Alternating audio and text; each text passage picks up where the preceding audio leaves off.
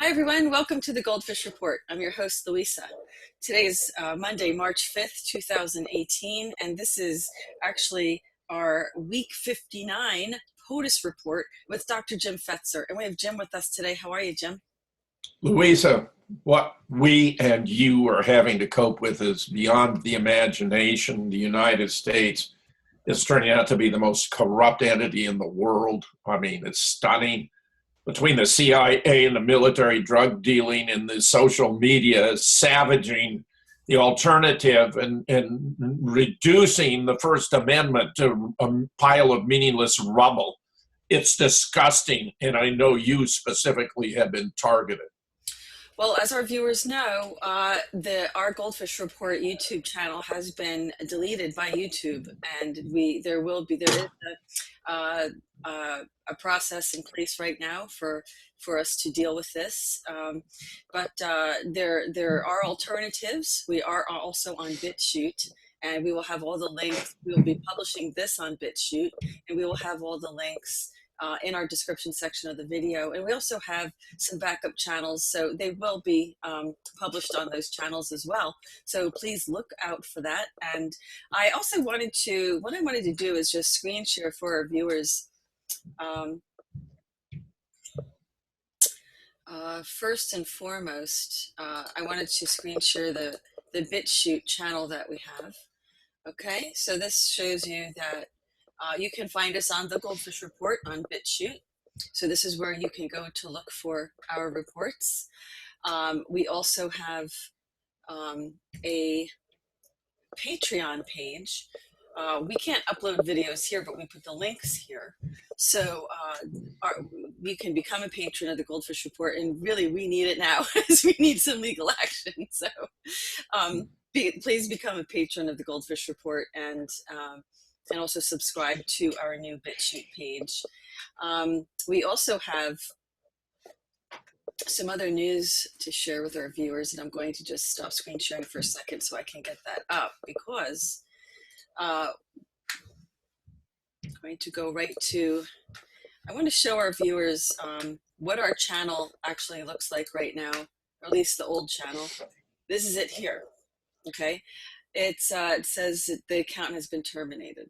So in fact, social media, as Jim pointed out accurately, that there has been a very drastic censorship going on through the social media to remove any opinion or any analysis of world events that are different from the scripted Project Mockingbird media that everyone is used to on mainstream media. So if you have a different opinion, or if you just use critical thinking, they're deleting your accounts, because we have many viewers who can't even understand and can't even imagine why they would do that. But let's see if I can pull this up. So here you can see this account has been terminated for violating YouTube's community guidelines. So this was our channel. But Louisa, of course, it's all complete rubbish, because there's no guidelines violated by anything you've ever broadcast, nor I, for that matter. I mean, it's outrageous. Exactly. This is the actual last post, and I've kept this in one of the tabs, and it says at this point it has been terminated. As you can see, this is the notice right here. So we did have over 500 comments of this last video that had 8,300 views on it. And this was the last thing that we published. And of course, I did edit this to include that we have a new BitChute channel. And of course, they didn't like that. But I also need to bring to the attention of something for my viewers. And I wanted you to be aware of a counterfeit Goldfish Report channel. And this is it right here that you're looking at. And I think that what we need to do is go and report this channel to YouTube. It has 281 subscribers, it claims. Apparently. And this is not my page. It is not the Goldfish Report page. So and point out that the symbol for the Goldfish Report is askew, and that they're not calling it the Goldfish Report, but rather Goldfish Report, to evade obvious, blatant copyright infringement. But they are using the logo, so they are trying to create our image, recreate our image. And of course, there's our reports. So whoever's doing this will be found out. We will find out who you are, and I do think I know who you are, because I do recognize some things on this page. But there's also a very strange, I think they must have just changed the name on this, because I don't think I don't think this was the original page, because this is the first, this all was just published within a day. This was published a day ago. And I know who did I this. will be about an hour and a half. And you got it. Okay. this was somebody's page who was using this for video games. As you can see, this is a video game. Okay, so this was a this was a channel that was already set up in advance, and they changed the name of it last minute, and they lifted this, which is a trademark logo. And on the bottom of all my videos, I have a disclaimer, as all of our viewers know, is several disclaimers that says if you do reproduce this, then you will be prosecuted to the full extent of the law. So I think the person I'm referring to made a comment that I had ended up deleting on the last post that I showed. And I do know who's behind this. So this is linked to inquisitor.com, by the way. So when you press on this, it shows inquisitor.com. So somebody at inquisitor.com, and I already contacted them, and they said they had nothing to do with it. But in order to set up a YouTube account or to make a reference to who owns it, you have to be able to validate your email. So there's some relationship, there's some way that this did happen.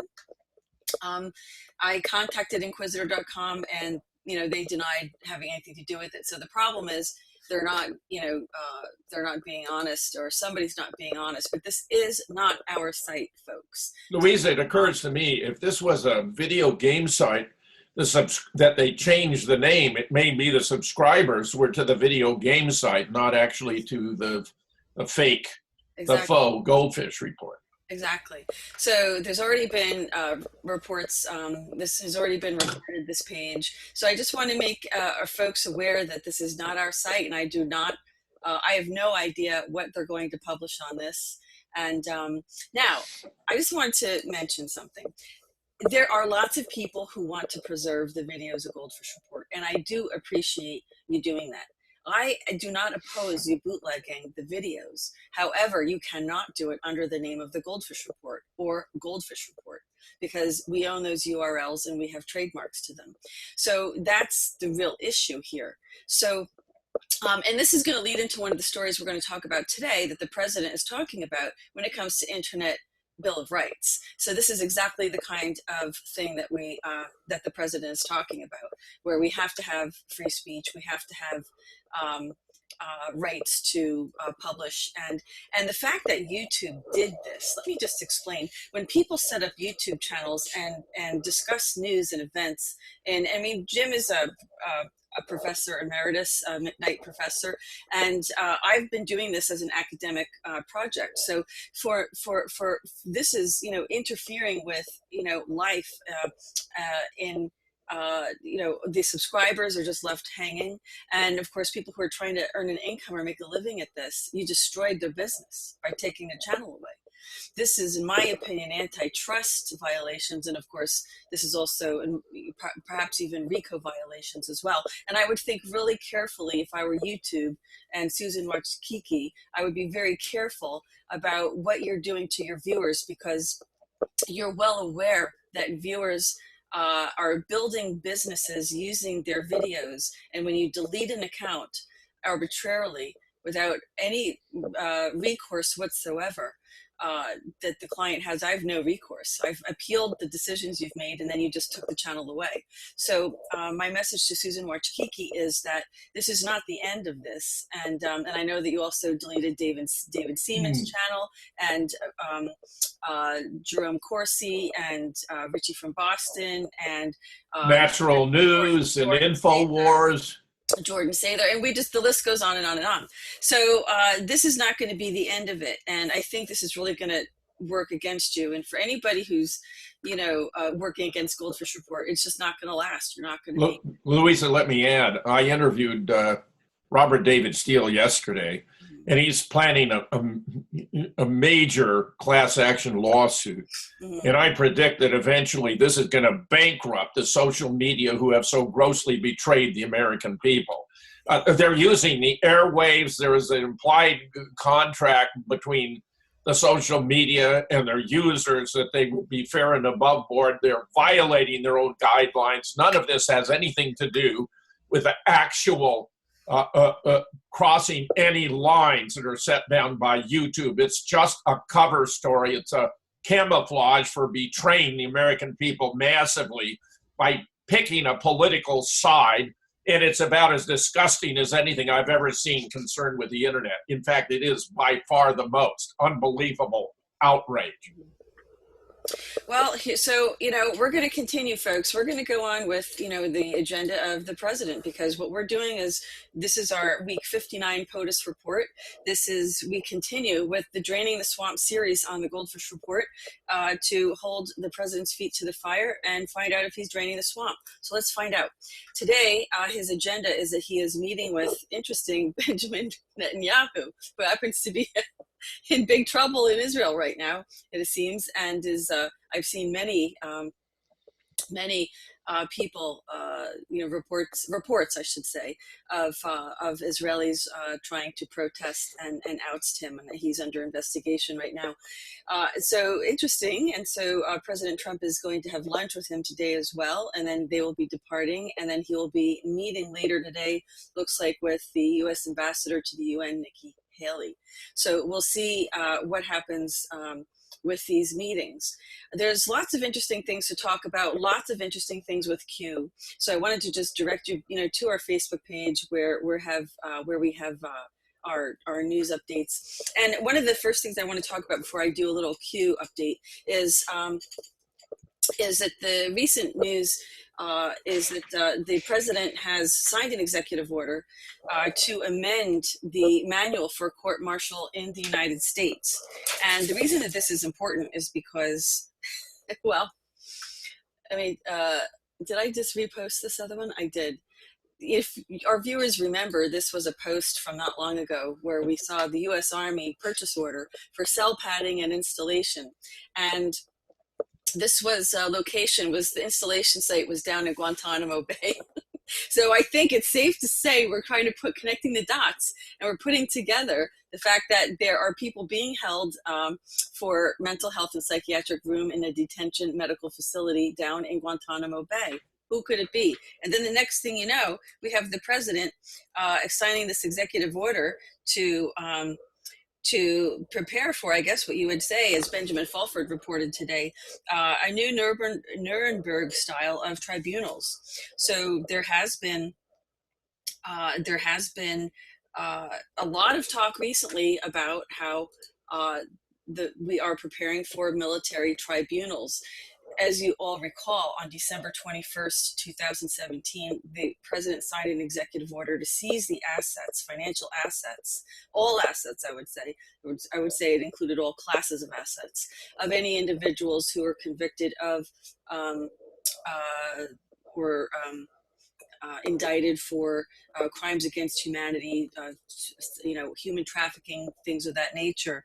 And so this is really this was published on March 1st, or it was signed on March 1st, and this is good news. I mean, people who really have been involved in committing trafficking, and I think this is where we're going to have it. It's not going to be, public hearings. These are going to be, it's not going to be like citizen, what is it called, Jim? It's not going to be in the regular court system because apparently it can't be trusted. Well, you got a corrupt judiciary, a corrupt FBI. I mean, this has been demonstrated in spades. That's one of the reasons they had to change the topic, the narrative, by doing the Parkland fiasco, which is blowing up in their faces, as we shall see.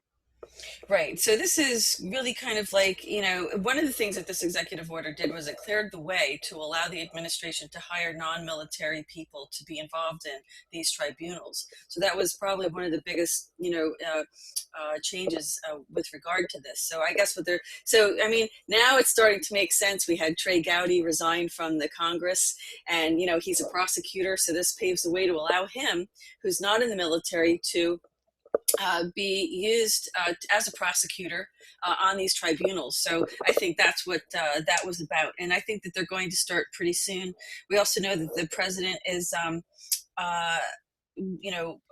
talking about these trade tariffs and trying to it seems like he's picking and choosing who he wants to enforce these tariffs with, and of course he's not enforcing it with with China, but there could be some other reason for that.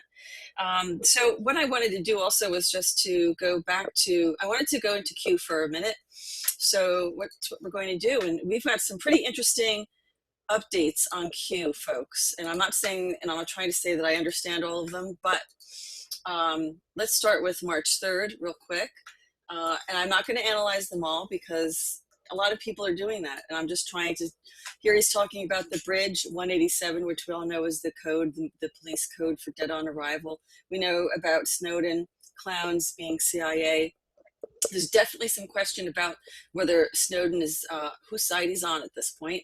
And he's talking about the link. What's the link between Google, Facebook, Twitter, and then he's talking about Russia, and highest levels of the United States government is uranium one, North Korea. And so he's kind of making us think. He's making us kind of take a look back. Why is Sessions acting weak?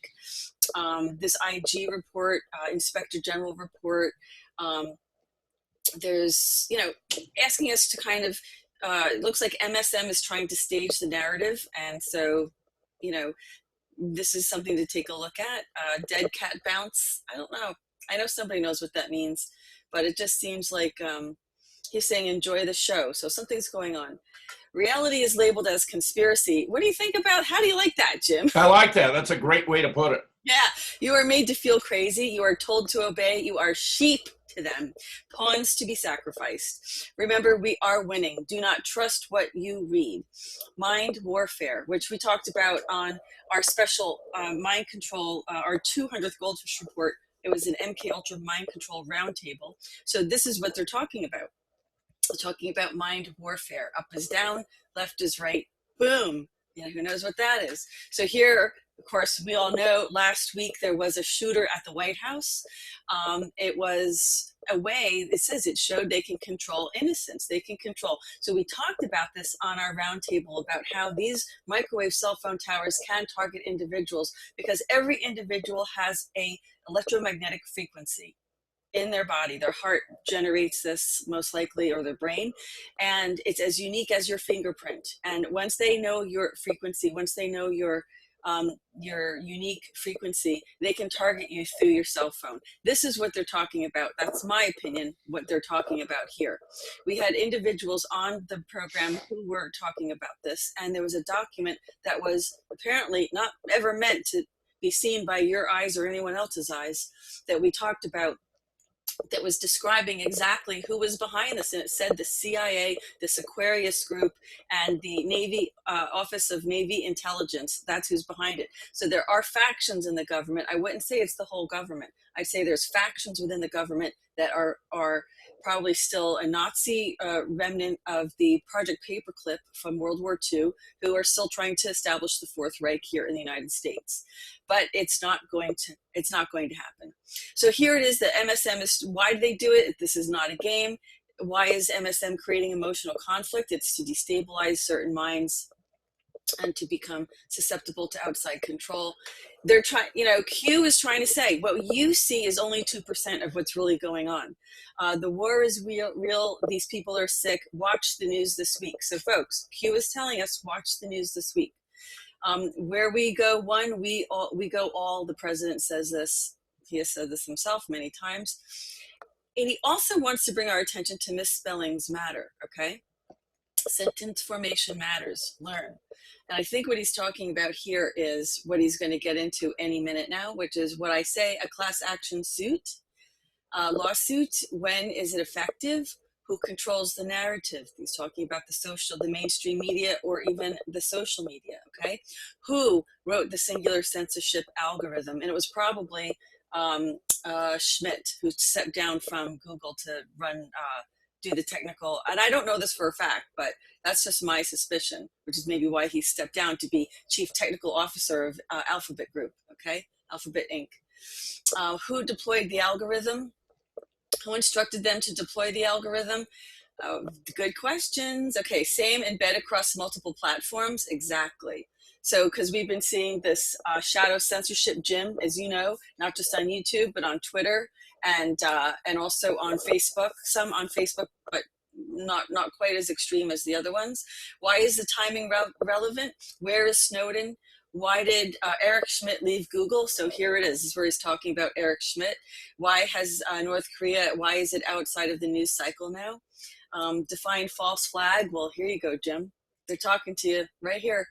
What events changed the news cycle? Why did Las Vegas change the news cycle? Because everybody knew, right, Jim? You have more than you know. And it says, boom, Q. So then here we have March 4th. You know, folks, you know, this is it again. And he wrote roasted, Q. Reread drops. And then, of course, you have to, this is the Internet Bill of Rights that Q's talking about, referencing POTUS. Why do so-called patriots challenge this? Careful who you follow. Not everybody is a patriot that says they are. Some people are COINTELPRO folks. I would say there's a huge percentage on social media who's trying to control the narrative, but I think it'll resonate within you. You'll know. Boom, another boom. Interesting. So reread the drops, and here's the Internet Bill of Rights again. Listen carefully. Trust. We are fighting for you. God bless you all. Expand your thinking. Who leaked Vault 7 to WikiLeaks? We know it's Seth Rich, and I know you're going to talk about that in your story today. Who returned fire? Actually, I'm not sure if it was him that released Vault 7. Might have been. Yes, because it was the Podesta emails. I believe, if I'm mistaken, forgive me, but I believe this is what it's referring to. Who returned fire? Op name Fiddler. So it's an operative at Snowden. So here we have infiltrate. The first part of the mission is infiltrate, then it's centralize, secure, and expose to harm. So whose mission are they referring to? I guess we'll find out. White House interference directive. And so just look at this. I mean, he's trying to point to what their agenda is. It just looks like this is the agenda of the other side, okay, of the dark. Let's just call them the dark. Let's just call it the Soros side, okay?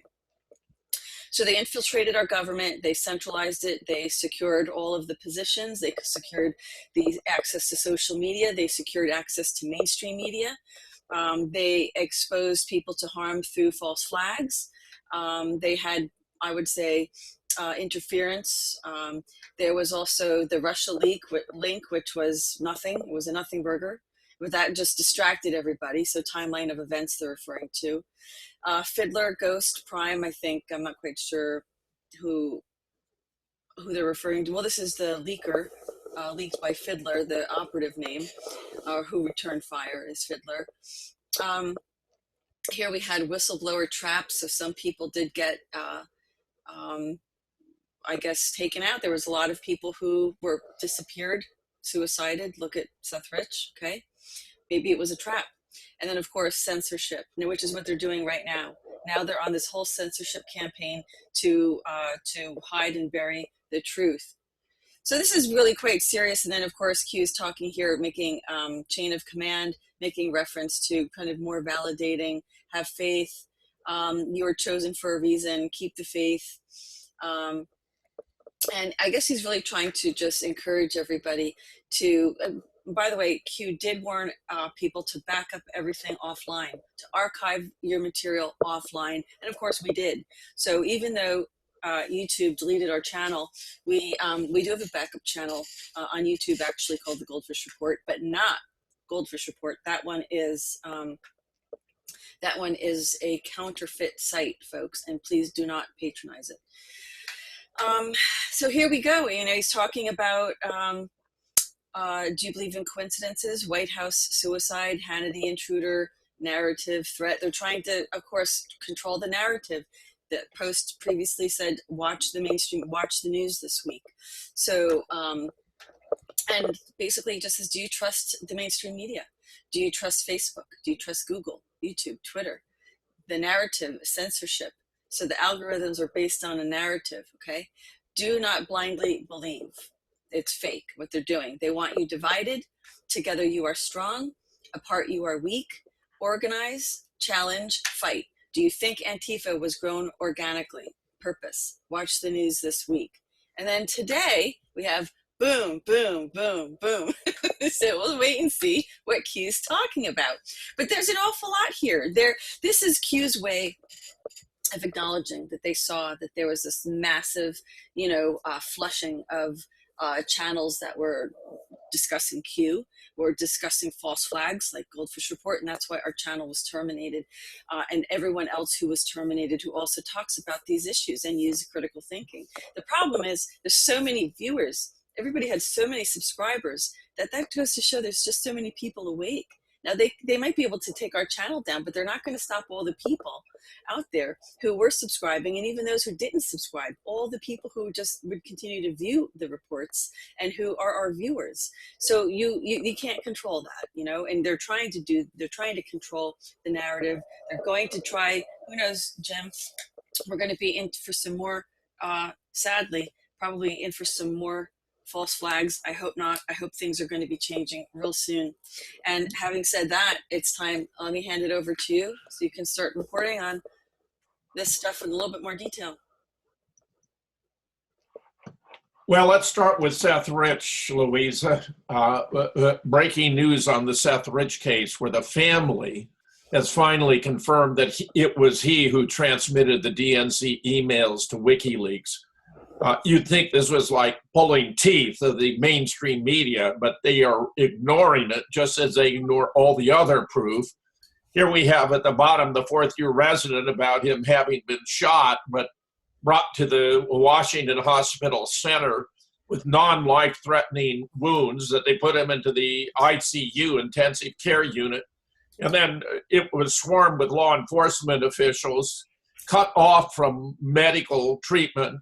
He's saying he's not certain 100% he was allowed to die, but I assert with 100% certainty he was allowed to die. We have the further confirmation, of course, that there was no Russian hacking. Veteran intelligence professionals for Sanity confirmed that it was leaked, not hacked, with someone with physical access to the DNC computer. They know it was done to an external storage device. It was actually done in the Eastern time zone. Among the experts who concur, William Benny, Larry Johnson, Kirk Wiebe. These are brilliant guys. And of course, WikiLeaks offered a $20,000 reward for information leading to the arrest and conviction of his killer. We know, indeed, too, that NBC continues to promote the myth of Russian hacking, that Mueller signed charges against Russians who stole or spread the Democrat email. And of course, in his latest report, he identifies 13 Russians who were supposed to be interfering with the election with absolutely innocuous themes, such as Trump wants to end the wars in the Middle East. Hillary wants to continue them. I mean, Louisa, he has nothing. This is scraping the bottom of the barrel. Here we have an interview that was broadcast on Sunday where Vladimir Putin explains to Megyn Kelly Russia will never extradite the accused hackers to the United States. She, in my opinion, displayed her gross ignorance by simply reciting the mainstream media mythology about Russian interference, and trying to affect the election and undermine democracy, all of which we know is false. It has no substance whatsoever. And something worth emphasizing is the Russian Constitution precludes extraditing Russians to a foreign country. So Putin is really merely remaining faithful to the Constitution. I would that the Donald were as well, because when he says take the guns and worry about due process later, that could not be more violative of the Constitution, which states that no one can be deprived of life, liberty, or property without due process. And here's a fascinating observation by Tucker Carlson, a poll. Russian Americans don't care about the alleged Russian hacking. That the most important issues affecting your vote for Congress are immigration, border security, gun control, Second Amendment, taxes, fees, jobs, economy. Russia election meddling got 1%, Louisa, 1%. So, they're trying to change the narrative to gun control because that's a Democratic issue. Debbie Wasserman Schultz confronting a trial over Imran Alwan, a host of other issues. We'll talk about some. We've talked about most already. But that's a situation here. And of course, I invite your comments on all of the above. Well, I don't have the slides in front of me. I want to put the slides back up just so I can sure. have a reference. See which page. You want me to go back? Yeah, I mean, right here is good. I mean, I think it's very clear to, I like Tucker Carlson, and as we've talked about previously, Jim, he has been, I think, doing a good job trying to, be honest about the progress that Donald Trump is making. He is effective, and this is proof. I mean, nobody, who cares about the Russian? This is just so ridiculous. Who cares about it? People are more concerned about, holding. First of all, what I don't see on this, though, which is sad, is corruption. And there was an earlier CBS poll that showed Americans don't believe the story of Russian hacking. They don't believe it. And as we've reviewed, for good reason, because it didn't happen. In fact, it was made up by Robbie Milk and John Podesta within 24 hours of Hillary's concession speech for multiple reasons I've addressed, including obfuscating her own entanglements with Russia, selling 20% of U.S. uranium reserves to Russia for a $145 million donation.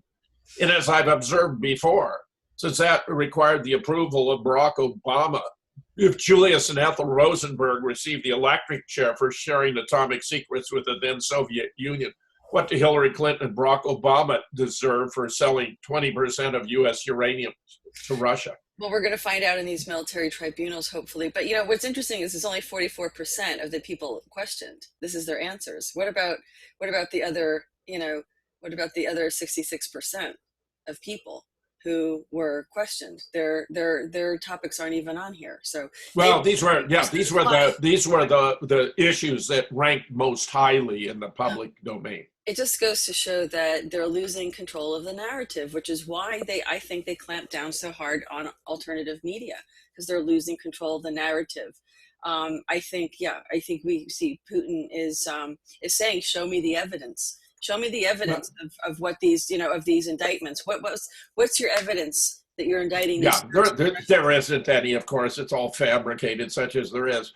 Now, this is very significant that Vladimir Putin addressed the Federal Assembly. This is like a state of the Russian Federation. And he's talking about the arms race and the fact that Russia is developing very sophisticated new weapons. We're about to look. Commenting on Russian defense strategy, the deputy chairman of Russia's upper house told Radio Sputnik he was aimed to throw a wet blanket on the partners of the West who want to use force. This has to do with the United States increasing weapons in the Eastern Bloc countries that were supposed to remain absolutely neutral based upon the agreements between Ronald Reagan and Mikhail Gorbachev at the dissolution of the Soviet Union, which Bill Clinton and George W. Bush grossly violated. Here's another report from the head of the Center for the Study of Applied Problems of National Security. Zealand, the State of the Nation address has become the logical extension of his 2007 Munich speech, which warned some nation against pushing the world to the brink of a third world war. Here's from the Saker, a simply brilliant website.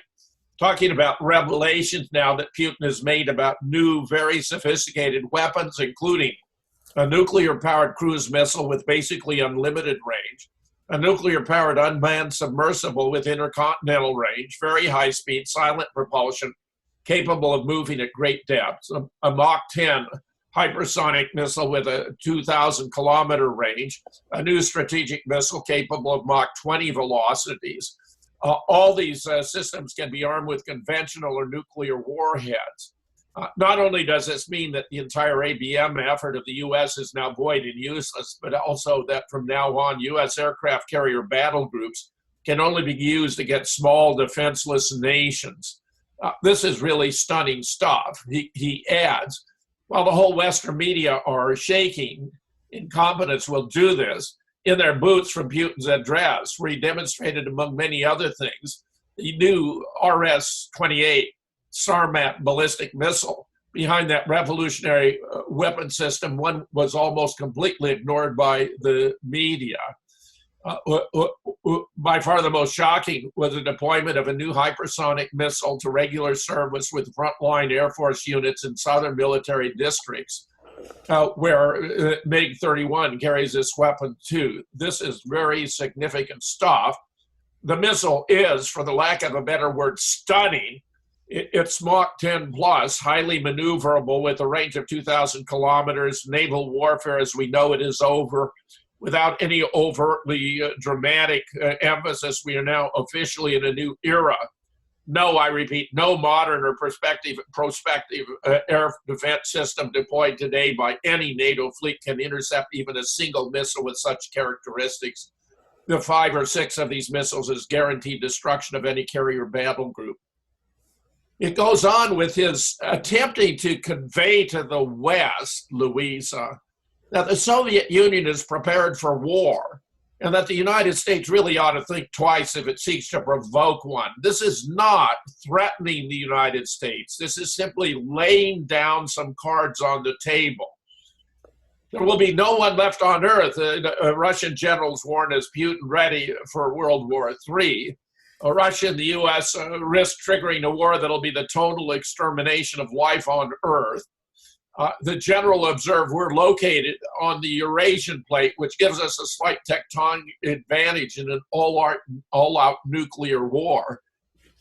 As for a North American continent, it will surely crack. It'll be the end of civilization, no doubt about it.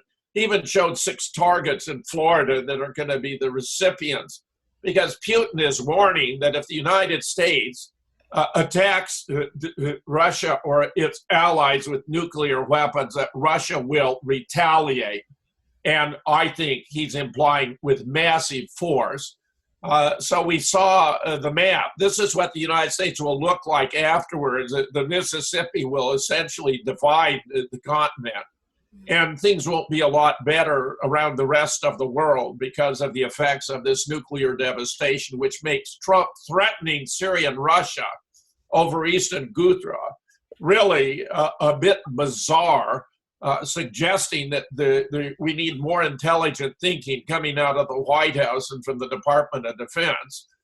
While analysts see the White House statement as primarily aimed at Russia, not Syria, suggesting that President Trump might react to Russian President Putin's recent statements on nuclear weapons with new confrontations in Syria, that would be a huge mistake. Suggests the U.S. is likely to go after Syrian forces, though recent U.S. strikes saw them killing hundreds of pro-government fighters, including a number of Russian contractors. This is getting very, very serious, Louisa. Very serious indeed. Well, you know, as I have said previously, I think that there's just a lot of posturing. Some of this is posturing. I think that we have a proxy army over there. I don't think that this is under the control of President Trump. I think that that's just my opinion, based on reports I've read. I think that the Russians have had some pretty advanced weaponry ever since they paralyzed our USS Donald Cook quite a few years ago, and Yes. it was very clear that they really have, they have, or they've at least demonstrated that they have far more advanced technology, at least that they were willing to demonstrate that they have. What we have, who knows, but I can recall that it was quite stunning to our Navy, who basically was just left like a sitting duck. Yes.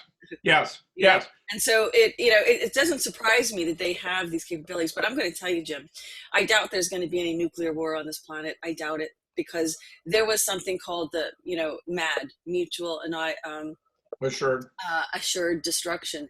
It's really just posturing, because can you imagine if somebody just shoots one nuke and it's done? I mean, we can't have this. And they're doing it to scare us and try to control us, because they want us to fear nuclear war. But the reality is, one of those missiles, it's only going to kill our family. It's not going to kill the people in power. It's not going to kill the governments. It's not going to be only targeted at military constellations. There's going to be collateral damage. It's going to be our families. And people who are in the military have to start making decisions. Is this really, do you want to pursue war or peace at this point? Well, as this Saker has observed, Russia does not want war, but it is prepared to fight one. The United States appears to want war, but it's not prepared to fight one. So I'd say the advantages are all to Russia. For some time, it has appeared to me, as a former Marine Corps officer, that Russia is far better positioned, has far superior military equipment and technology for the new century, and the United States has fallen far behind. So I think these developments are a significant indication of the level of the Russian advantage in terms of military equipment and hardware. And the West is running a very hazardous course by attempting to provoke the bear. I agree, but I think, again, that we're talking about a rogue faction of the military, not the military that's under the control, not the Marines, not the military that's under the control of President Trump. I think. Well, let me just add, though, that Trump has made several statements to the effect that he wants commanders on the scene to have the right to make the decisions because he feels they're better positioned than he. But that's a blunder. They're looking purely tactically. He needs to look strategically. He needs to assert the civilian control of the military. The military is very good at fighting wars, but it's not good at determining which wars should be fought. That's the problem, and why civilian supremacy of the military has been so important historically to the United States. Right. Well, there's a lot of controversy over whether you should have a military general as, making executive decisions when they should be making strategic decisions on the battlefield. And in terms of, I think that, they each serve a good purpose. I think the structure of having him as commander in chief, he has to rely, of course, on the advice and consult of his military generals. But well, bear in mind, strategy is determining the objectives of a war, which wars should be fought and why. Tactics are all the methods used to attain the objectives. So strategy is a civilian governmental responsibility. Tactics are what the military technicians handle.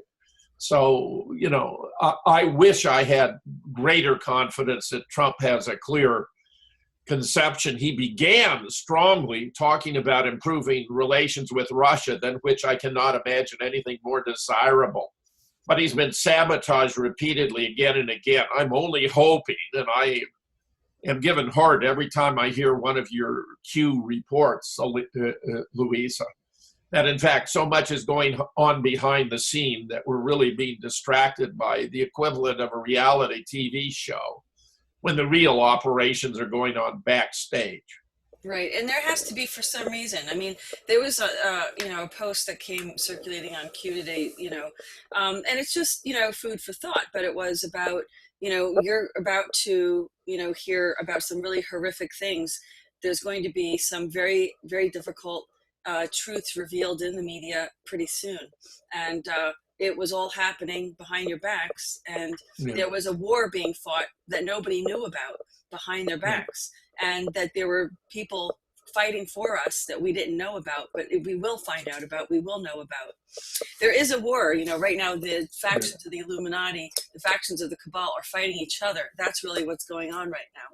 Well, Louisa, the great war going on now is for our minds, where YouTube has 10,000 enforcers of their Stasi squad being exposed. It's all outrageous. You've suffered from it. This is a Colbert report, no, James Corbett report about the weaponization of the social media. Now openly admitted governments and militaries around the world employ armies of keyboard warriors to spread propaganda and disrupt their online opposition. Their goal, to shape public discourse around global events in a way favorable to their standing military and geopolitical objectives. Their method, the weaponization of the social media. Well, we're seeing it's quite extraordinary, and here's Dave Hodges concerned that Donald may not be standing up for the very people who got him elected, risking everything. As a matter of background and content, it's accurate to say that I and many of my esteemed colleagues in the independent media risked everything, including our lives, to get Trump elected as 45th president. I told my family if Hillary won the election, we'd likely have to leave the country. We'd be at war with Syria. The process would be underway to eliminate the Constitution.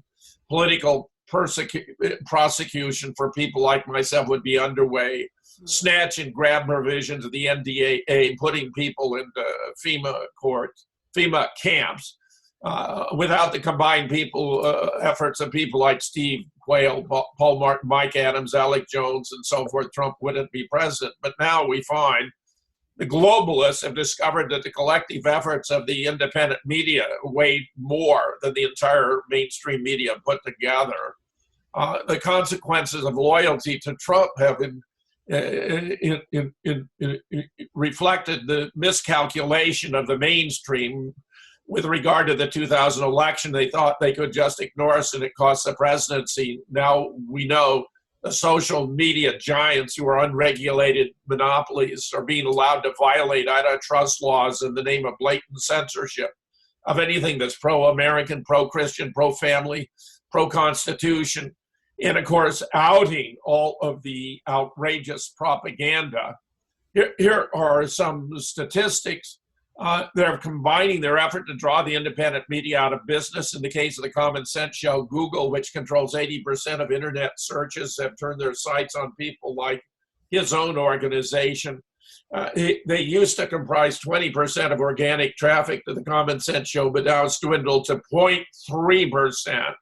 This is very analogous to the attacks on you and the GoldFish report and Natural News and even InfoWars. It's happening massively, Louisa. Here's a very clever Ben Garrison cartoon about the social media freeway, where conservative voices are being forced to exit. Trump supporters, a new right, and the alternative media are being, trashed in this outrageous conduct. It's really stunning. Here's Mike Adams of Natural News, which has recently been rated as the second most influential figure and website on the internet after Alex Jones and InfoWars, has been writing about how YouTube is now scrubbing even older videos about Sandy Hook as its purge accelerates. Mere hours before he called for the regulation of Google, Facebook, YouTube, and Twitter, YouTube issued a strike against his account for a 2012 interview with me about my book, Nobody Died at Sandy Hook, where I claim the entire event was staged in an abandoned school that had no active students or teachers to begin with. And he suggests downloading it. Regardless whether you agree or disagree with Fetzer's theory, the fact that Amazon.com banned the book was fascinating news. That's what he covered in interviewing me. Keep in mind that Amazon sells books that claim the earth is flat, that promote Hitler's genocidal philosophy. When they get someone who questions the official story of Sandy Hook, they get blacklisted. That's news. And why he interviewed me about censorship. And here's proof positive the whole thing was a sham. You have the crime scene vehicle in place, and just above the roof you see 4 windows of classroom 10, Louisa, that are undamaged. That's significant because after the shooting they'd be shot up. So this is clearly before the shooting. Come down the flagpole, and there, leaning against the wall with his arms folded, awaiting the arrival of his portable mortuary tent, is none other than Wayne Carver, medical examiner.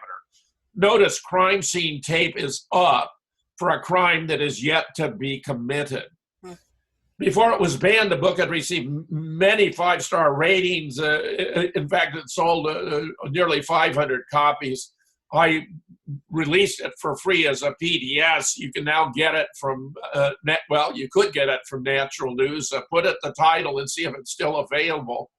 He didn't endorse my views, but what he's noticed now is that, many people find the book stunningly convincing, which is why it had to be banned. The official story, in other words, is so fragile and full of holes that the merest questioning could bring down the entire narrative. Censorship is being used to protect the false narrative, and the weaker the narrative, the more censorship has to be employed. Even more stunningly, this is a 6-year-old interview. Why is YouTube suddenly scrubbing interviews from 6 years old? And the answer, of course, is it only recently decided to pursue wholesale tyranny and suppression of dissenting views. I mean, after all, 6 years old, Louisa, obviously it didn't violate any YouTube guidelines. It's been up for 6 years. Well, Jim, I think that this is what's going to happen once these military tribunals are underway. I think we are going to get control back of the mainstream media, and we'll be able to get all this information out again. But I think there is going to be a temporary, as we're seeing, a suppression of this analysis. Well, here's further proof that the whole thing was a fabrication. There's the 4 windows of classroom 10 on the upper left, and before and on the right after. Notice how the second window in particular is shot up. At the lower left, we have perps actually drilling holes in the window frame to simulate bullet holes from rounds that were never fired.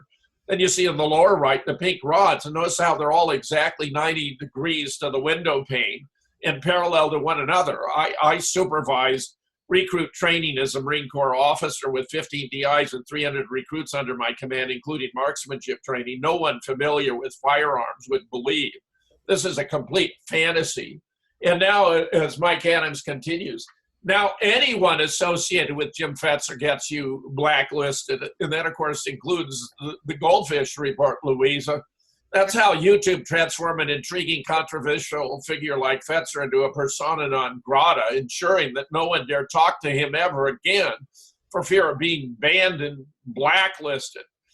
Granted, Fetzer's controversial. I haven't had interaction with him since that 2012 interview, though, Louisa, we did an interview just yesterday. Granted, regardless, should a tech giant like YouTube have the power to declare an individual out of bounds merely because that's the opinion of YouTube employees? YouTube hosts millions of videos that feature complete lunatics spouting utter nonsense and babble, yet those videos aren't banned. Ever wonder why? The clear answer is because those people don't threaten the official narrative of school shootings and gun control. So, this is what we're up against here, Louisa. And it's extended over to another show I did on the Progressive Radio Network, which is owned by Gary Knoll. I've been doing the conspiracy guy for, last Wednesday would have been my 65th show. Notice he says a Progressive Radio Network has dropped James Fetzer's show, The Conspiracy Guy, due to disheartening show content. Think of that, Louisa. Disheartening show content. Where I was exposing that Parkland was a complete charade. I mean, here's the summary overview. And yes, it's disheartening. The question is it true? Is it rooted in reality? And of course it is. Did you know that Sheriff Scott Israel of Broward County drives a Lamborghini?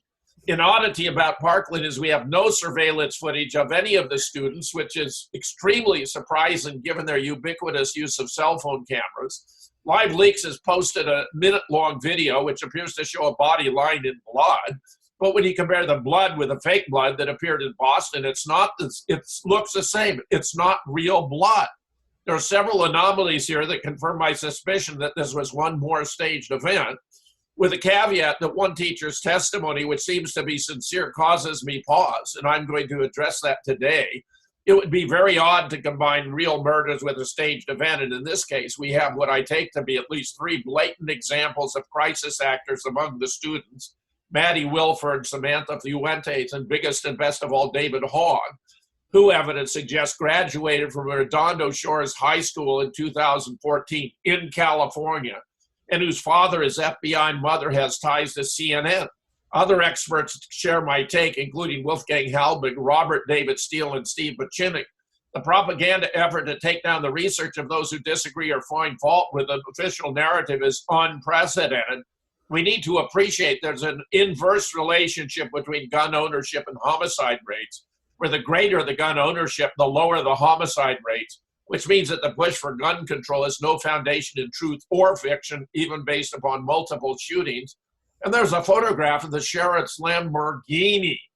Now, when this information came out that he was driving a Lamborghini, they said it was just a promotion, but you don't put the painting of the Broward County sheriff and write it up to protect and serve if it was just some promotion. And why would they be giving the sheriff a Lamborghini for the purpose of promotion in the first place? This surely indicates there's something grossly wrong here. There's a wonderful YouTube out there by an expert who asks questions about the Florida shooting. It's only 7 minutes and 31 seconds long. His name is John Bushell. He's not a bot. He was a school administrator after spending a stint in the military. A teacher, a coach, became an administrator, worked at all 3 levels in public schools. This just blows the whole case apart all by itself without going as far as we're going here. Miles Mathis has done a very good job here, another see-through psyop. We're less than a week out from this staged event, but already conspiracy theorists have compiled plenty of good evidence showing it was staged. Multiple students confirmed the school conducted active shooter training a month before this event. One student said an active shooter drill was going to happen soon. There'd already been a fire drill that day. In fact, most of the students admit they thought it was a drill. Many students reported gunshots from multiple locations. Many interviewed show very little emotion. Some can't even stop smiling, including the girl who claimed she spoke with the alleged shooter as he was exiting the building. If you've just been terrorized by a school shooting and found you actually spoke with a shooter, would you be chuckling about it so casually? There's also the former FBI agent interviewed on Wolf Blitzer who does the worst impression of someone breaking down crying I've ever seen. By far the most obvious actor goes to David Hogg, who's now practically a national sensation. I've never witnessed a more articulate, polished, and composed 17-year-old in my life. In fact, he's so good in front of a camera.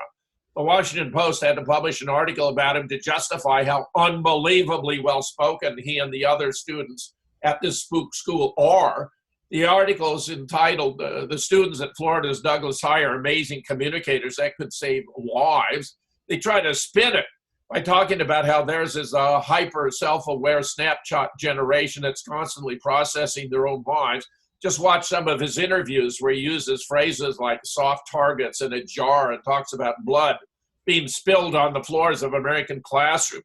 He even has a presence of mind, give an impassioned political message. I urge them to get out and do something about it.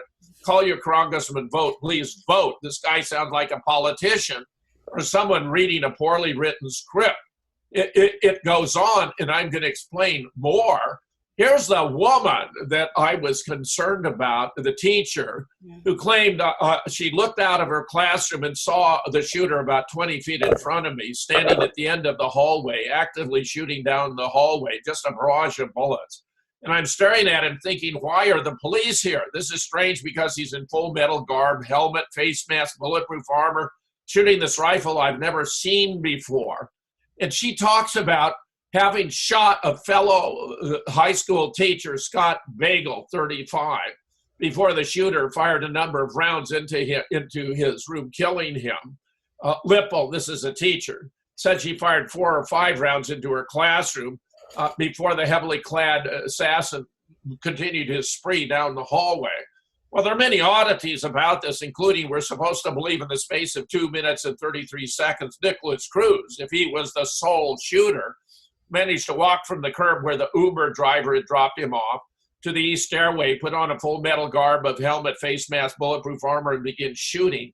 Clearly, this substantiates at least 2 shooters, but this is significant. This is from Alex Scott, who's a 25-year police officer, 15-year detective, reviewing this, because initially she seemed so sincere.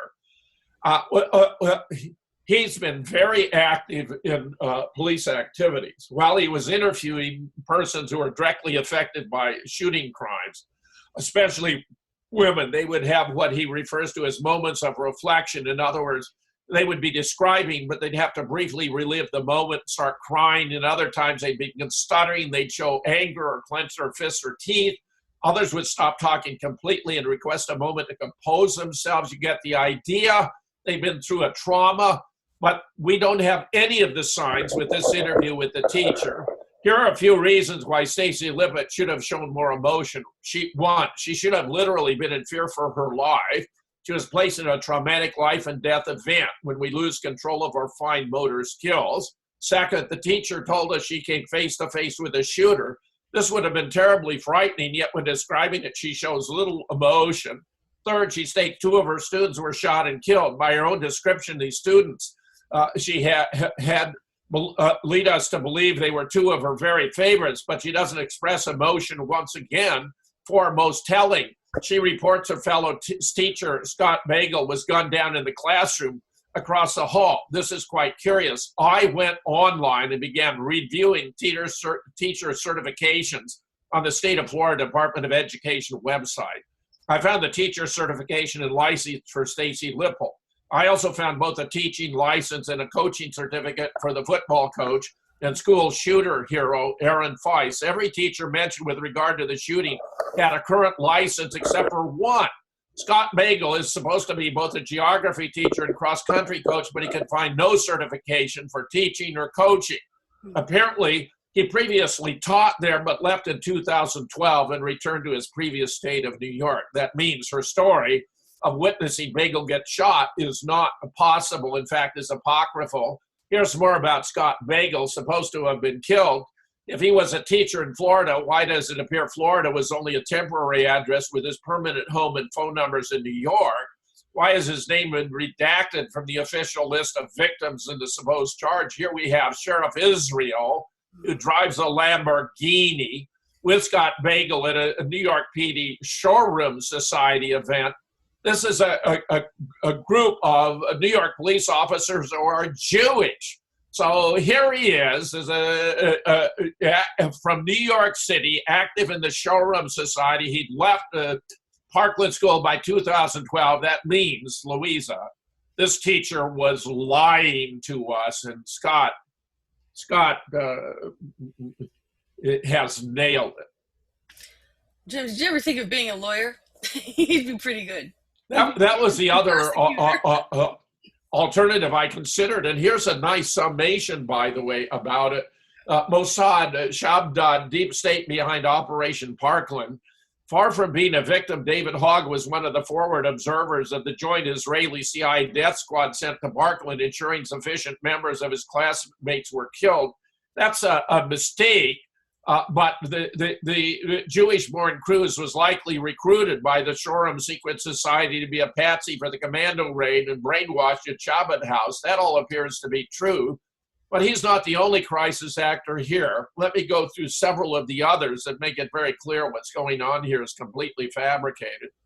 Here we begin with Hogg, who of course was interviewed in a CBS story 6 months ago on Redondo Beach, where a friend put a surfboard on the trash bin behind, and they got into an altercation with a lifeguard.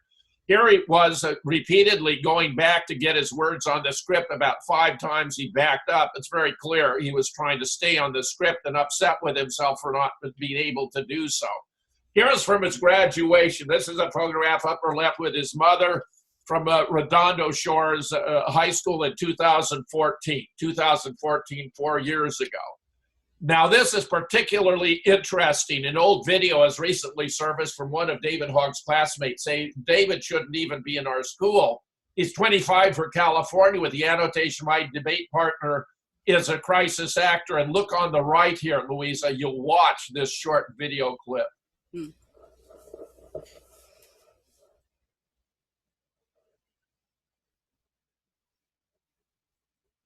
There's no sound on it, Jim. Would you like to hear that again? Well, there was no sound on this end, so it wasn't. Oh, you couldn't hear the sound. Oh, that's distressing. Yeah. Okay. Well, he's saying, he's pointing out, I'm saying he shouldn't even be here. He's 25 and we're from California and a crisis actor. I'm very sorry they couldn't hear. You probably can't hear this either. Then this is David Hogg. During the shooting, this is supposed to be during the shooting. He's saying it's not a drill. He's interviewing students during the shooting and asking them about their views about gun control, Louisa. During the shooting, he's not asking what's going on. He's asking what they think about gun control. I mean, this is clearly staged. This is clearly absurd and indefensible. This is what Q's referring to about being able to target individual innocent people who don't even know that they're being used. And he was also in Livingston, New Jersey, making rounds, I believe, which is a very Jewish area, has a very large Jewish population in it.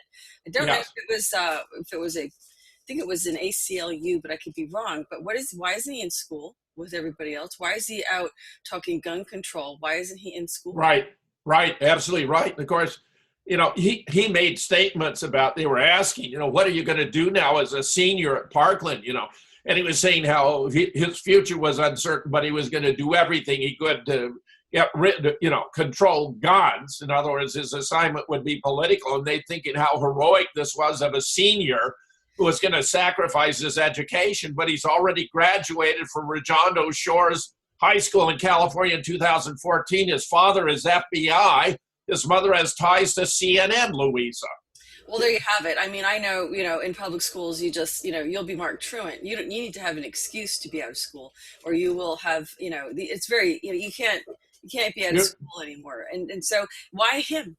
Why not other kids? Why not go as a group and do it together? So it goes to tell you there's something wrong. And Louisa, these drills, they make up kids with bloody wounds and all that. This is a relatively modest example, but they make them up, just as you made up for different crisis actor roles yourself. Right. Now, I show this from the Boston Marathon scene where you peer through the smoke and there are bodies missing arms and legs, but there is no blood. Here more. See how long even the smoke is cleared. There is no blood. The blood only shows up later, and it came out of tubes. It actually came through these orange duffel bags like the one in the foreground. There were 5 or 6 when it was over. These are fake blood kits. Look how bright the blood is compared to real blood from Cairo. Yeah. Now, what we have, Louisa, is a less than 1 minute clip that Live Leaks has released. And look at the blood there. The blood is much too bright. It's like the blood from Boston. And in fact, we have a police officer who walks over, steps in the blood. It doesn't ripple as it would if it were liquid. He walks away, doesn't leave any bloody footprints. We even have it here. Now, watch this, and I'll talk about it since you can't hear it. But there's a lot of screaming. Yeah, you have a boy here who's pulling his putts, of all things. You have girls talking about their bottled water. You can't hear the screaming, but look at this. It's all completely fake. There's the kid pulling on himself. You got a police officer walking over there.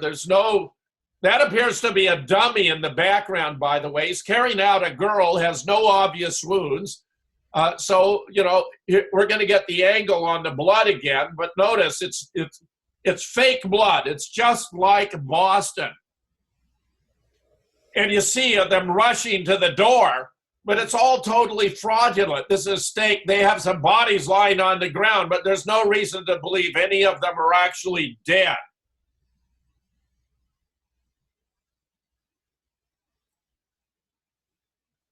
I wonder how many schools are going to be doing live active shooter drills, because I know that, just for the record, if this is what their intent is, to have a whole series of false flags at these schools, I know that the school that my daughter goes to was talking about doing this. So I'm putting it on the record that we know this in advance. Well, Louisa, there are over 3,000 students at this high school, but this is the only video clip we have as yet of which I am aware. In other words, you should have hundreds or thousands of video clips from the cell phone cameras they have, but they aren't there. You're blind, it was controlled. Here's another story. This was written up in the New York Times, shot 3 times in Parkland and grateful to be here. This is beyond belief. This is Maddie Wilford lay bleeding from 3 bullet wounds, so pale officers thought she was dead. But her bullet wounds to her torso and abdomen have already healed. I mean, already healed, so she could return to school as early as next week. That would be this week. Look at this absurdity from a doctor. Nietzsche said wounds on Miss Wilford's chest and abdomen had already healed. Young people have a tendency to heal real fast. A bullet wound on her upper arm, which had injured 2 tendons, would take more time. A bullet wound on her upper arm that would injure 2 tendons when she was shot through her chest and abdomen. He said, we're talking about large caliber bullets penetrating through the chest and abdomen, serious injuries. They couldn't possibly heal in a week. It's not even true that the AR-15 fires large caliber. It's a .223 Remington round, as you see at the bottom. That's just shot slightly larger than a .22 caliber, a small caliber. Here from an Army intel expert. This is 10 levels beyond ridiculous. Any torso wound is deadly serious. Incidentally, a 5.56 millimeter .223 caliber bullet is not large caliber, but small caliber. Its horrendous wounding power comes from its very high velocity. He goes through some technical points, but look at the final observation. This story is completely unbelievable. Anyone who knows anything about the terminal ballistics of the .223 caliber cartridge knows that.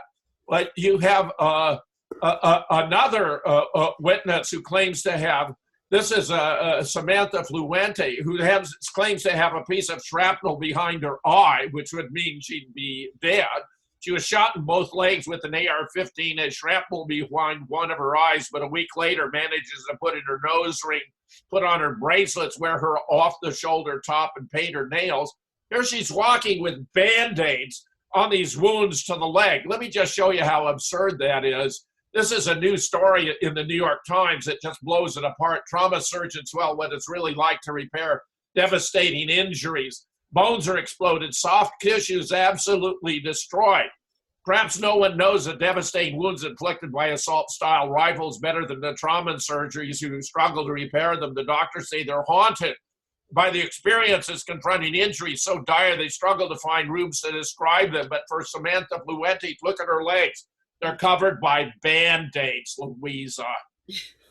Band-Aids. Because people are they'll believe anything. I'm sorry, but they'll believe that's real because they don't know.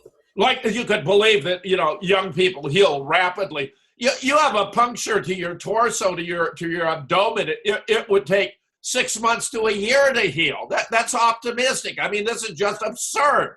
Playing on the gullibility of the American people. The ignorance, and I don't mean it in a disparaging way, but I mean, look, it's interesting how they come out with facts and reports so quick, and there's not even an investigation yet. The funny thing is people have to stop and ask questions. Hugh says, question everything. Do you really trust this news? It's fake news. He's been saying this for so long, and this is all orchestrated. Right. Absolutely. It's just absurd. I think you've done a phenomenal job, Jim, of highlighting. I think you're doing the work of all the prosecutors who are getting ready to do their jobs. So I think it's going to be thanks to you, Jim, in large part because of how you put your evidence together. And well, I'll just say, Louisa, that all my research is collaborative. All of the Sandy Hook had 13 contributors, including 6 current or retired PhD college professors, one of whom had published 80 articles before I edited the book. I myself had published 30. And we had experts there, such as Paul Preston, who supervised schools in California, was disturbed by what he saw being broadcast from Newtown, reached out to his contacts in the Obama Department of Education, all of whom confirmed to him that it had been a drill, that no students had died, and that was done to promote gun control, Louisa. How bad is that? Now, here's Trump making that remark. I said before, he's talking about taking the guns now and due process later. Here's a Campaign for Liberty noticing how gun grabber Dianne Feinstein could barely contain herself when Trump practically endorsed her gun ban in front of the national media. Look at her reaction there on the right. While some were quick to dismiss it, Trump was throwing around statements like take the guns first, go through due process second, and promising to unilaterally ban bump stocks through executive order, exposing his authoritarian tendencies and emboldening the gun grabbers. This is very, very troubling. Ron Paul responded to his threat to take the guns first. All of a sudden, he's taking on the NRA conservatives, the Second Amendment. It's pretty amazing. I cannot how see this as strategically beneficial move for him. POTUS, here's Thomas Massey, representative, reporting. POTUS said police should have taken guns away from persons in Florida, whether they had the right or not, advocated for law enforcement to ignore due process. Is anyone okay with this? Because I sure as hell am not. I swear an oath to support and defend the Constitution. So did Donald Trump. Now we have a whole bunch of companies that are severing their connections with the NRA, are restricting the access to weapons. Dick's has taken assault rifles out of their stores. They're going to stop selling them, banning the sale of guns to anyone who's under 21. When we saw the kids were going through and the grief of the parents and kids who were killed at Parkland, we felt we needed to do something. But you see, here's a CEO saying he's being played himself. I mean, he is too dumb to see it. We have major corporations, MetLife, Hertz, Delta, cutting ties with the NRA since the Florida tragedy. But the Florida tragedy was completely staged. Nobody died in Parkland. And here's a really key report about gun ownership versus homicide rate, Louisa. Look in North America, you see the highest rate of gun ownership in the world in America and Canada. But look below, among the lowest homicide rates. Look at Latin America and South America. They have much lower gun ownership in Latin America, virtually no gun ownership in Brazil. And look how high is their homicide rate. Or look at Africa. So which would you prefer, high gun ownership and low homicide rate, or low gun ownership and high homicide rates? Here we appear to be in the midst of a three-stage coup designed to take down America, which Dave Hodges has spelled out. Stifle all conservative speech, and really it's critical thinking, as you've been observing, Louisa. It's those of us who are the so-called conspiracy theorists who are testing the narratives the government has been promoting to determine whether or not they are true.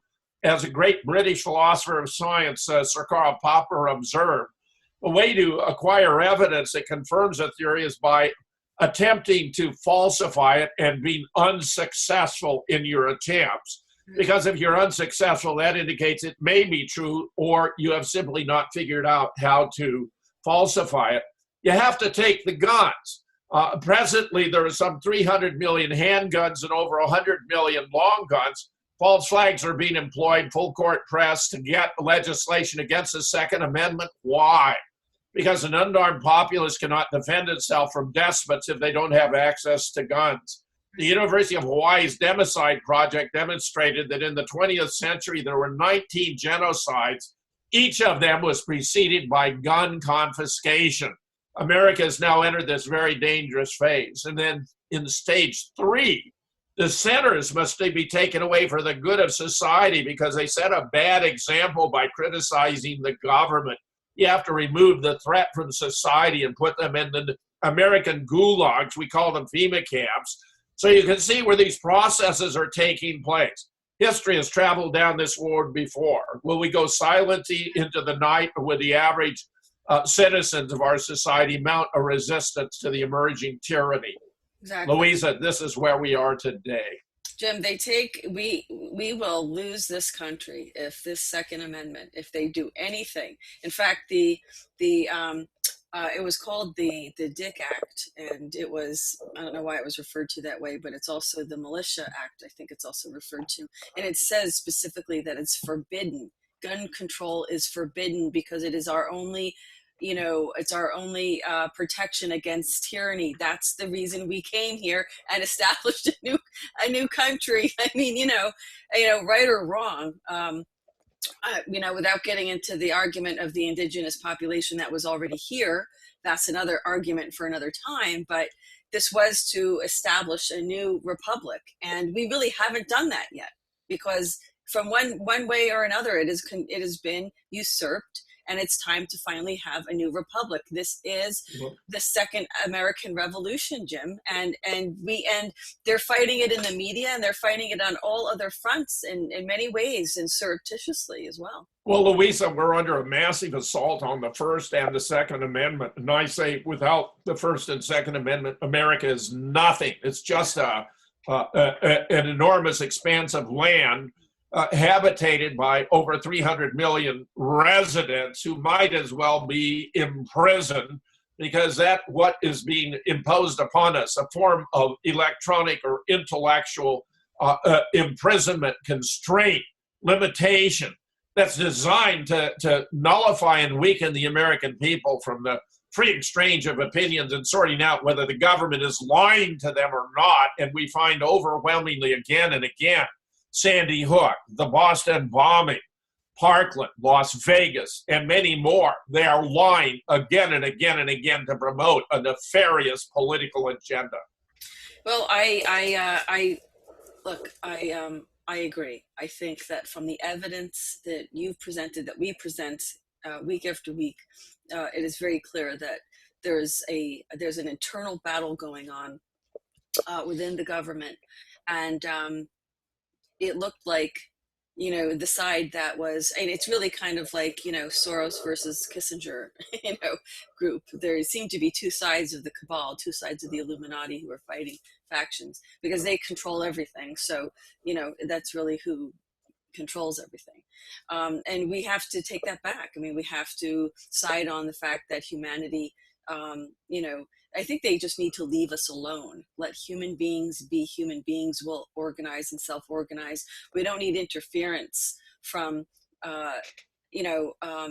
these oligarchs who do not do things that are for our best interests. They are there to just pacify us so they can continue their own political, capitalist agendas, or, capitalist, fascist, if you want to call it.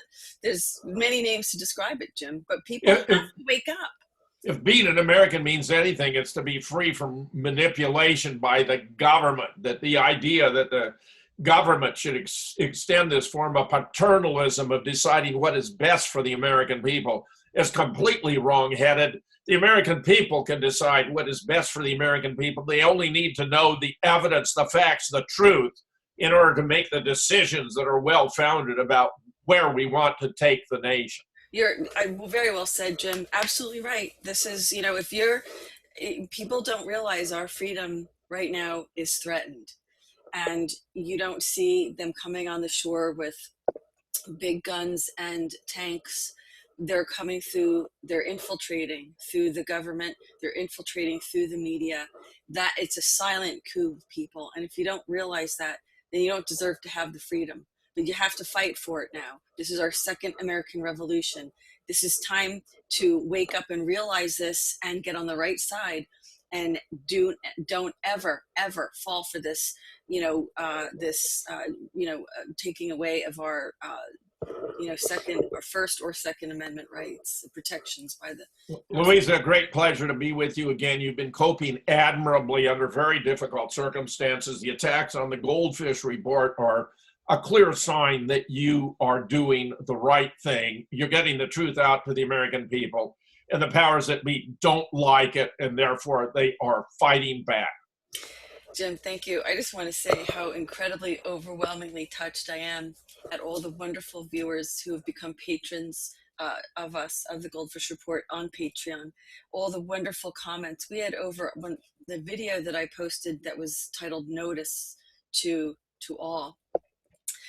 We had over 500 wonderful, wonderful comments, and only one negative one by a woman named Linda, who I know personally, and I think is responsible for the deletion of our channel because of false claims of bullying. But I do have that comment saved, and I do know who the person is. And we'll just use the name Linda, because that's the name they used on the account. But I just want to say that over 500 comments, nobody said that we were bullying, or nobody said that we were. I was so touched at all the wonderful people who came out to support GoldFish Report and gave their honest opinion, that I really was moved, very, very moved. And, it was kind of like one of those moments when you pinch yourself, Jim, to kind of, check that this is, you're so busy working all the time that you never really realize that your work is making an impact, and people are appreciating what we're doing. And it's one of those moments when you stop and say, oh, okay, yeah, we are making an impact, we are doing good. And to all the viewers who've been commenting on our Facebook page, to all the viewers who have been commenting and sending me emails, thank you so much. And I love you all, I really do. And I'm doing this for you. I want to save our country. And that's why I'm doing this. I have no other reason to do it, because I'm really not getting paid for this. And I could use some help right now, because we need some lawyers to help us get our channel back. So if you can, please go to goldfishreport.com and make a contribution to our PayPal, or you can go to Patreon and do the same. So Jim, it's always a pleasure. Thank you so much. And let me tell you folks, no retreat, no surrender. We're not going anywhere. So they can do whatever they want, but we will continue to pursue, and we will not retreat or surrender. So we're not going anywhere, Jim. They could knock us down, but we're going to get back up, because we know what we're doing. We're on the right side of things, Jim. So it's a pleasure. Thank you so much, Jim. You got it, Louisa. I'm here. We're going to put all the links to our new, resources where you can find Goldfish Report, and keep finding Goldfish Report. And please, when you see somebody making false claims, please report them, because, all you need is for somebody who's jealous, who is, misguided, to make complaints, and then you'll get strikes on the channel. So we really need to protect our channel. And I know our viewers, I know how they go after people, not in a bad way, but they'll say, they'll make comments to people who are obviously, trolls. So people who are trolling our pages, you're not going to be anonymous. Trust me. We're going to find out who you are, and we're going to make sure that we're going to put reports, and you're going to lose your privileges on social media if you keep doing this. So I just want to warn people that you're not anonymous. And when you make fake accusations and allegations, and it causes harm to people, then you are going to be held accountable. So I just want to thank all of our viewers. Download this, embed it, post it far and wide, share it on Facebook to all of your groups, because of course Facebook blocked me until Tuesday from posting just arbitrarily. I wasn't even posting anything. They just decided. And this is another problem. The social media clampdown is is very real, folks, and you need to voice your opposition to it. We must oppose, object, object, object. And with having said that, Jim, we will see you next week for another. It will be our week 60, because this week we're in right now is actually the 60th week, and we always do the review at the end of the week. So it will be the 60th week President Trump has been in office, and we will be doing a review next week. Another POTUS report. We will be back this Friday with another Country Roads, and who knows what else will be coming in between. So folks, thank you so much for viewing. Thank you for your support. Thank you for your links and your comments. And just know I'm swamped right now, and I can't get back to everybody in a timely manner right now, because I'm very busy trying to upload our archives and trying to restore everything. It is going to take time. So please give us time, at least a month or two, to get the archives up. And we will have that available, because we have, as Q warned everybody, archive everything offline, which we did. And of course, we always have. So we were all covered with that. So Jim, thank you. See you next week. And to our viewers, thank you. And this concludes this edition of the Goldfish Report.